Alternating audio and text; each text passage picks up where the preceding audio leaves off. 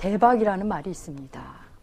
처음에는 흥행에 성공했다, 큰 돈을 벌었다, 이런 의미로 쓰이기 시작했는데 지금은 놀랍다, 대단하다, 때로는 어이없다, 이런 의미로 사람들이 쓰곤 합니다. 때로는 감탄사로, 때로는 간절한 마음을 담아 또 농담조로 이 단어를 쓰기 시작했습니다. 이 단어의 유래는 도박판에서 나왔다고 보기도 하고, 또 한편에서는 흥부전에서 흥부가 박을 켰을 때 보아가 나온 것에서 유래했다, 이렇게 보기도 하지만 어느 누구도 정확하게 그 유래를 밝히지는 못하고 있습니다. 아무튼 이 대박이란 단어는 좋은 의미의 큰 일을 말할 때 대박이란 단어를 씁니다. 좋은 의미의 큰일, 사람들은 대박을 꿈꿉니다.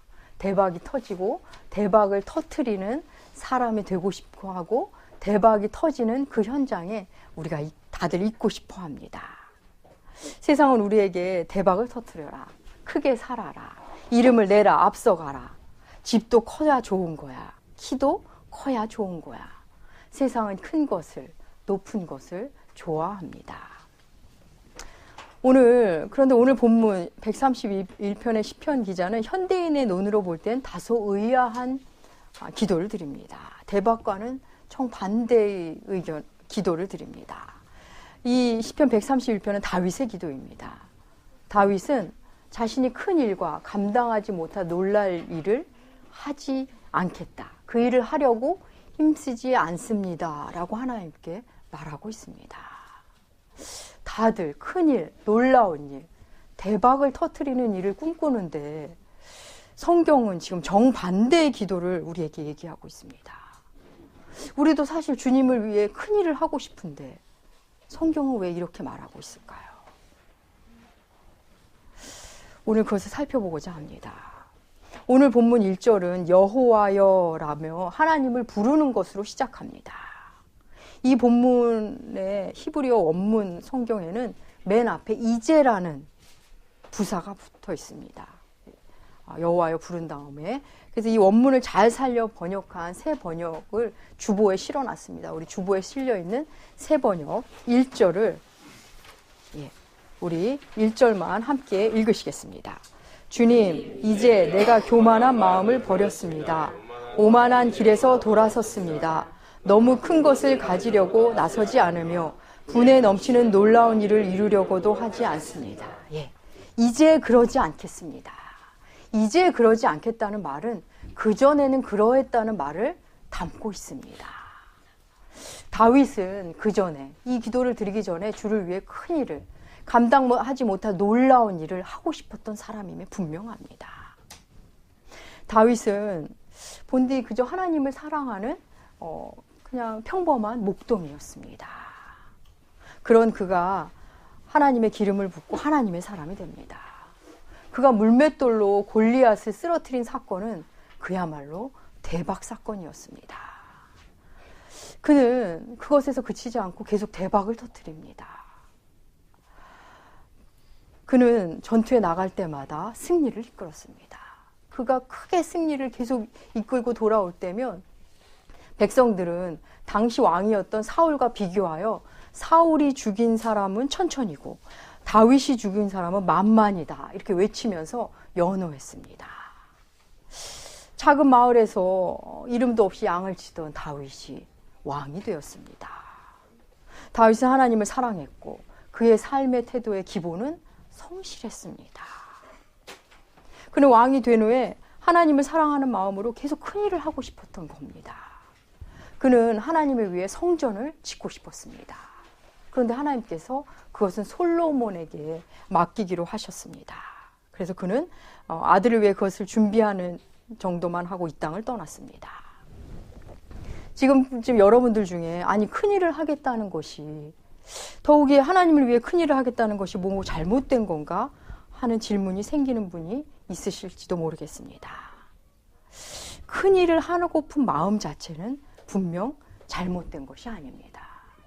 오늘 본문은 큰 일을 하는 것, 놀라운 일을 하는 것이 잘못됐다는 것이 아니라 그 일 속에 감춰져 있는, 그 일 속에 숨겨져 있는 자신의 욕망과 탐욕을 스스로 고백하고 있는 것입니다. 과연 누구를 위한 큰일이며 무엇을 위한 큰일인지를 다윗은 발견한 것입니다. 개미나라에 아주 권력욕이 많은 개미 한 마리가 태어났습니다. 그는 유충 때부터 어떻게 하면 여왕개미가 돼서 권력을 손에 잡을 수 있을까, 이런 꿈을 꾸기 시작했습니다. 개미 유충에게는 체액이 있는데 일종의 분비물입니다. 그 체액을 공동체 본부에다 갖다 주면 체액을 받고 음식을 줍니다. 그런데 이 개미는 거기에 만족하지 않고 여왕 개미가 된다는 신비의 과즙을 먹기 위해 열심히 운동을 합니다. 운동하고 탈진하고 운동하고 탈진하고 그런 생활이 반복되자 몸이 너무 약해져서 체액을 만들어내지 못합니다. 체액을 만들어내지 못하자 먹을 것을 받지 못하고, 그래서 친구들이 먹을 것을 조금씩 나눠줬습니다. 그래서 겨우겨우 먹고 살았습니다. 그래서 아무튼 그는 애쓰고 힘써서 몇 밀리미터 사회적 계급은 올랐습니다. 그렇지만 여전히 힘든 삶이었습니다. 그러던 어느 날 그가 잠을 자는데 꿈을 꿉니다. 본인이 여왕, 개미, 왕이 되는 꿈입니다. 너무나 황홀한 꿈이었지만 잠에서 깨어나자 자기는 자신의 현실은 유충에서 그냥 병정개미가 되어 있을 뿐입니다. 더욱이 영양 결핍으로 다른 친구들에 비해서 너무나 말랐고 작았습니다. 병정개미지만 병정들의 자리 중에 가장 끄트머리 자리, 가장 초라한 자리가 그의 자리였습니다. 사실 그의 자리보다 더 심각한 것은 개미에게 가장 중요한 기관인 림프선이 위축됐다는 것입니다. 개미들에게는 각각 특유의 냄새를 갖게 됩니다. 그 냄새로 그 소속이 분명해집니다. 그 개미에게 있어서 냄새가 없다는 것은 아주 쓸모없는, 개미로서는 없는 것과 마찬가지가 되는 겁니다. 냄새 없는 개미, 소속이 없는 개미. 소속이 불분명하다 보니까 어디도 그 개미를 반기는 나라는 없었습니다. 그런 와중에도 그는 권력을 꿈꿉니다. 그러다 그는 생각해냅니다. 나는 냄새가 없으니까 냄새 있는 개미들에게 몸을 부비면 그게 내 냄새가 되겠구나. 그러면 나는 그 어떤 나라에 가서도 활동할 수 있지. 그래, 그거야. 그는 그 생각으로 스파이 노릇을 하기 시작합니다. 이쪽 나라 가서 저쪽 나라 가서 큰 나라 양쪽 나라를 오가며 정보 노릇을 하고 상대의 군사 기밀을 알려줍니다. 그래서 전투를 승리로 이끌고 혁혁한 공을 쌓습니다. 그래서 양쪽 나라에서 계속 계급이 올라갑니다. 급기야는 양쪽 진영에서 추앙을 받습니다. 자신을 따르는 개미들을 이용해서 여왕 개미를 살해합니다. 드디어 그가 왕이 됐습니다. 그래서 두 나라를 통합하고 황제가 되었습니다. 그는 황제가 된 이후에 자신의 동상을 커다랗게 만들라고 지시를 합니다. 빵으로 만든 커다란 동상입니다. 이 동상을 만들기 위해 많은 일개미들이 희생을 당합니다. 아무튼 그 빵으로 만든 동상이 커다랗게 개미 왕국에 세워졌습니다. 제막식을 하는 그날 황제가 된 그 개미는 기쁨으로 이제 연설을 하기 시작합니다. 더 멋진 개미 왕국을 이루겠다. 막 연설을 하는데 어디선가 우직큰 소리가 납니다. 뒤돌아보니 자신의 동상에 다리가 2개가 부러졌습니다. 부러져 떨어져 내렸습니다. 그것을 본 그 황제 개미가 잠시 생각을 하더니 자신의 다리 2개를 분질러 버립니다. 그리고 이어서 연설을 합니다. 그런데 이번에 또 두두둑 소리가 납니다. 이번에는 다른 다리 3이 떨어졌습니다. 그는 이번에도 역시 주저함 없이 자신의 다리 3개를 부러뜨립니다. 군중들은 웅성웅성. 거대한 동상도 더 이상 버티지 못하고 쓰러졌고 그 개미 역시 더 이상 버티지 못하고 쓰러집니다. 군중들은 모두 흩어지고 그 자리에 그 황제 개미도 쓰러져서 맨 처음에 유충의 모습을 한 다리는 다 없고 유충의 모습으로 누워 있습니다. 알렉산드르 보파가스는 넌 동물이야 비스코비츠에 나오는 우화입니다. 큰 일을 하려 했고 실제로 큰 일을 했고 큰 동상도 세웠지만 그 개미는 그 일이 자신이었고 그 동상이 자신이었습니다. 결국 그의 마지막은 자신이 그렇게 싫어했던 유충의 모습으로 되돌아갔습니다. 여러분, 이른바 큰 일을 하는 사람 중에는 그저 큰 일에 이끌려 다니는 사람들이 많습니다. 자신이 그 일을 이끌어가고 있는 것 같지만 아니 처음에는 아마 그랬을 것입니다. 그런데 시간이 흐르고 일의 규모가 커지자 그 일이 자신을 이끌고 그 일이 자신이 됩니다. 그래서 어느새 그 일에 맞춰서 자신의 다리를 부러뜨리는 사람, 내가 동상인지 동상이 나인지 혼동하는 삶을 살게 됩니다. 우리가 하고자 하는 큰일 중에는 일의 규모가 커서 혹은 영향력이 커서 큰일이라고 말하고 있지만 실상은 나를 키우고자 하는 큰일일 경우가 많습니다. 자신의 욕망과 탐욕이 그 일 속에 감춰져 있을 뿐일 경우가 많습니다.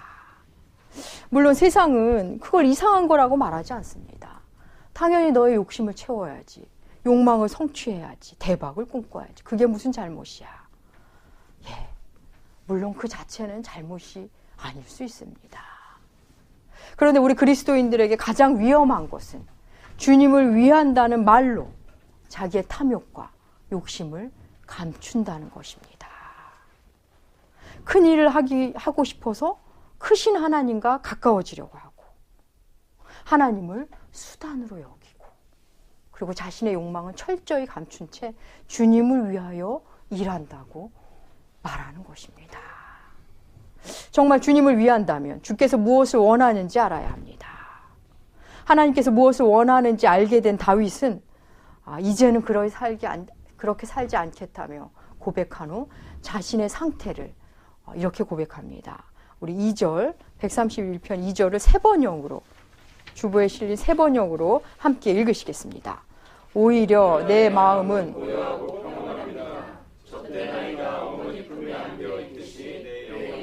젖된 아이와 같습니다. 자신이 누리는 평온함과 고요함을 젖된 아이가 엄마 품에 안긴 것으로 비유합니다. 젖된 아이가 엄마 품에 안긴 것 같은 평온함, 고요함. 여러분 과연 무슨 의미일까요? 아기가 태어나면 갓난 아기는 이제 엄마를 만나죠. 근데 그 갓난 아기에게 엄마는 어떤 대상일까요? 그냥 젖을 주는 대상입니다. 그냥 내가 가장 필요한 것을 주는 대상. 아이가 맨 처음 만나는 엄마는 그런 대상입니다. 아직 엄마가 무슨 존재인지 모릅니다. 그냥 젖만 먹으면 됩니다. 엄마에게 있어서의 아기의 의미와 아기에게 있어서의 엄마의 의미는 전혀 다릅니다. 엄마라는 사람은 그저 나에게 젖을 주어 배부르게 하는 존재일 뿐입니다. 젖을 주기 때문에 의미 있는 대상이고 젖이 있기 때문에 좋은 사람입니다. 엄마가 아무리 아기를 사랑해도 젖을 주지 않는다면 아기에게는 의미가 없습니다. 젖을 주는 사람에게 갑니다. 나를 낳아주지 않아도 상관없습니다. 젖만 주면 됩니다. 젖을 떼기까지 그렇습니다. 그렇지만 젖을 뗀 아기에게 엄마는 그 의미가 달라집니다. 이제는 단순히 젖을 주는 사람이 아니라 진짜 나의 엄마. 젖을 안 줘도 너무나 좋은 나의 엄마를 만나게 됩니다. 예전에는 엄마가 주는 젖 때문에 평온했는데 이제는 그냥 엄마 품이 좋습니다. 엄마 존재 자체로 좋다는 것을 만나게 됩니다. 젖단 아이가 엄마 품에 안겨있는 듯한 평안이 바로 그것을 말합니다. 그렇다면 여러분, 아기에게 있어서 젖을 뗀다는 것은 무엇을 의미할 걸까요? 아기에게 젖을 떼는 것은 고통입니다. 아기가 살아온 인생의 가장 큰 힘겨움, 위기의 시간입니다. 젖을 뗄 때 아이들은 다 힘들어합니다. 계속 울어젖힙니다. 엄마가 젖을 안 주면 계속 울고 엄마를 밀어냅니다. 그리고 힘들어합니다. 엄마와 아기가 둘 다 힘든 시간을 그렇게 지내야 합니다. 그렇게 고생하고 난 후 젖된 아기는 어떻습니까? 이제는 젖을 주던 안 주던 세상에서 가장 좋은 나의 편, 엄마를 비로소 만납니다. 나를 바라보는 사랑하는 엄마의 눈빛, 엄마의 손, 엄마의 냄새, 엄마의 숨소리를 비로소 젖을 물지 않고 만나게 됩니다. 이제 젖을 주는 사람이 나타나도 엄마와 바꾸지 않습니다. 그 품으로 달려가지 않습니다. 시편 131편의 표제어는 여러분 성경 위에 보면 성전에 올라가는 노래라고 쓰여 있습니다. 이 시는 성전에 올라가며 부르던 노래이며 기도입니다. 다시 말해 예배 드리러 가는 길에 부르는 노래이고 예배 드리러 가면서 하나님께 드리는 기도였습니다. 예배 드린다는 것은 젖된 아기가 엄마를 만나러 가는 길입니다. 하나님이 힘을 주시면 제가 대박을 터뜨리겠습니다. 하나님을 위해요 제가 큰일을 하겠습니다라는 염원의 자리가 아닙니다. 젖된 아이가 엄마를 알아보고 기뻐하고 그 품으로 달려가는, 그래서 평안과 고요를 누리고자 달려가는 그 길이 바로 예배드리러 가는 길입니다. 내 영의 아버지를 만나러 가는 길입니다.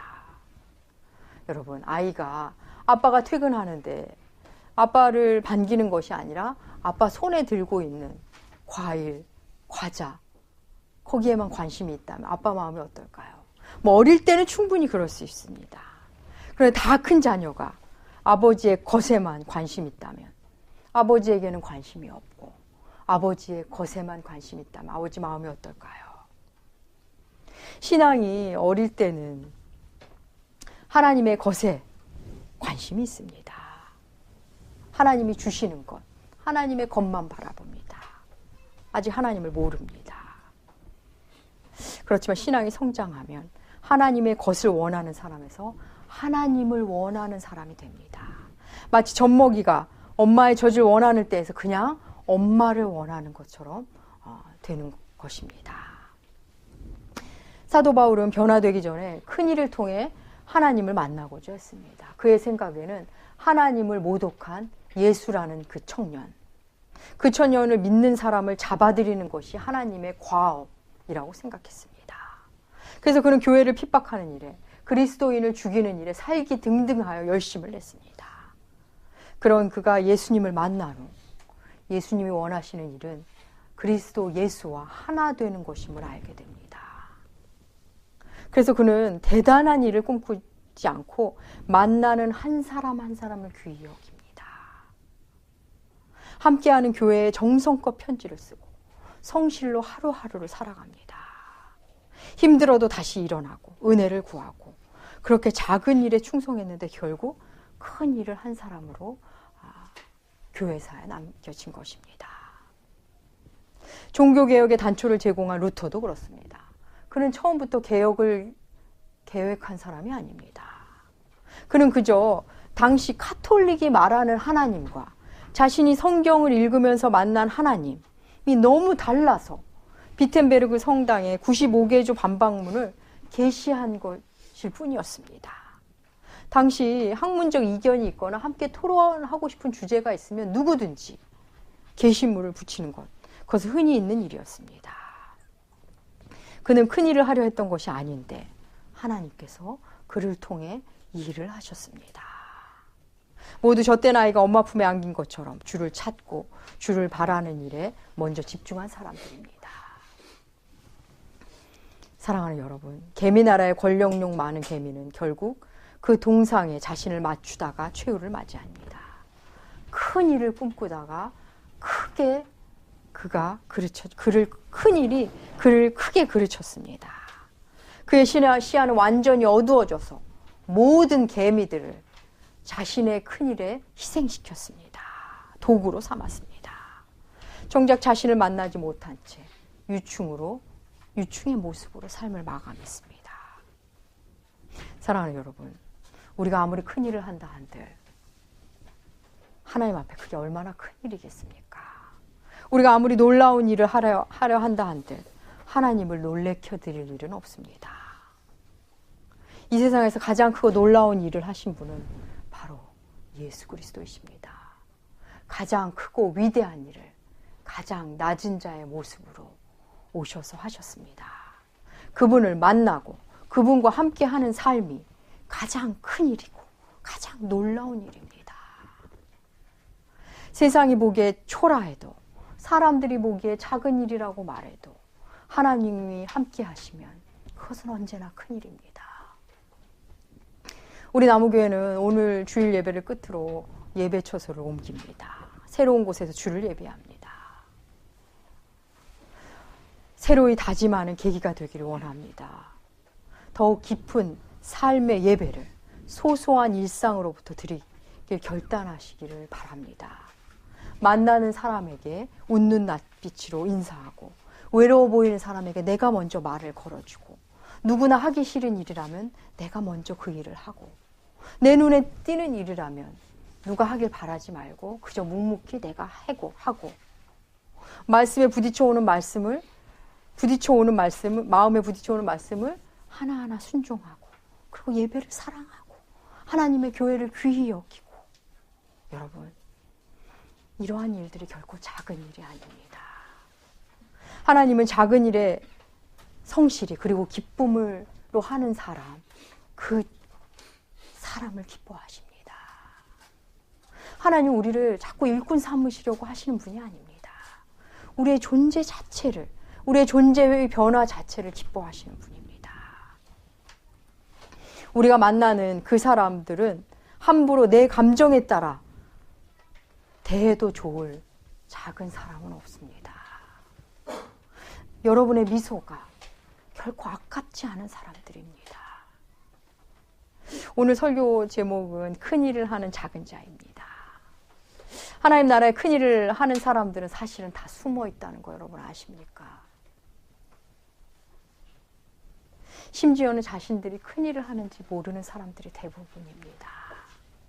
이와는 반대로 하나님 나라의 큰일을 하겠다고 말하는 사람 중에는 사실 자신의 욕망을 채우는 거에 불과한 사람들, 그저 욕망을 쫓는 사람일 경우가 대부분입니다. 사랑하는 여러분, 우리가 하는 작다고 생각하는 일들, 일상 속의 성실, 그것이 예배이고 그것이 큰일입니다. 주님 품에 안기는 기쁨을 아는 사람들은 그 일을 묵묵히 해냅니다. 그 일을 묵묵히 해내는 사람들은 주님 품에 안기는 평온과 고요를 만나게 됩니다. 우리 신앙 여정에는 젖을 떼는 과정이 있습니다.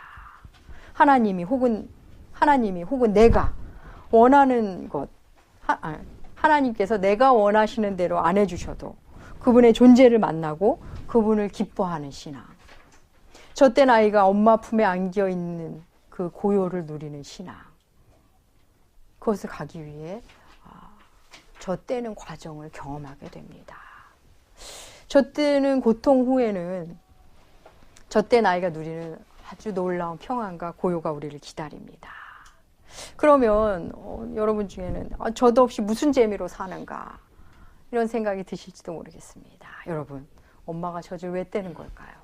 이제 젖보다 훨씬 맛있는 먹거리를 주기 위함입니다. 밥을 주기 위함입니다. 그것을 알면 젖대는 고통 정도는 정말 감당해낼 만 가치가 있는 고통입니다. 엄마는 밥뿐 아니라 엄마 자신을 주면서 아이를 키웁니다. 여러분, 하나님은 우리에게 아들을 주신 분입니다. 예수 그리스도를 주신 분입니다. 젖을 땐 아기가 엄마 품에 안기는 것 같이 엄마 품에 안기는 것이 얼마나 기쁘고 평안한 일인지 알아가듯 우리는 하나님을 그렇게 계속 깊게 넓게 만나게 될 것입니다. 사랑하는 여러분, 엄마 품에 안기는 것이 얼마나 좋습니까? 하나님의 것을 바라는 것에서 하나님을 바라는 신앙. 비록 내가 지금은 그렇지 못하더라도 나는 그것을 향해 간 신앙을 흠모하시기 바랍니다. 예수 그리스도 그분을 바라는 것이 얼마나 큰 기쁨인지 만나시고 그 평안을 갈망하시고 더욱 흠모하시는 여러분들 되시길 축복합니다. 기도하겠습니다. 하나님 아버지 감사합니다. 말씀을 만나고 말씀을 통해 예수 그리스도를 통해 하나님의 마음을 알아가게 하시니 감사합니다. 큰 일을 통해 주를 만나겠다는, 큰 일을 하게 하시는 하나님을 만나겠다는 생각을 내려놓고 일상의 성실한 자, 만나는 모든 사람을 크게 여기고 일어나는 모든 일을 소중히 여기며 사는 우리들 되게 하여 주시옵소서. 일로 전전긍긍하는 삶이 아니라 주의 품에 안겨 평안을 누리고 고요 속에 잠김으로 더욱 주님을 사랑하는 우리 나무교회 되게 하여 주시옵소서. 감사드리며 존귀하신 예수님의 이름으로 기도합니다. 아멘.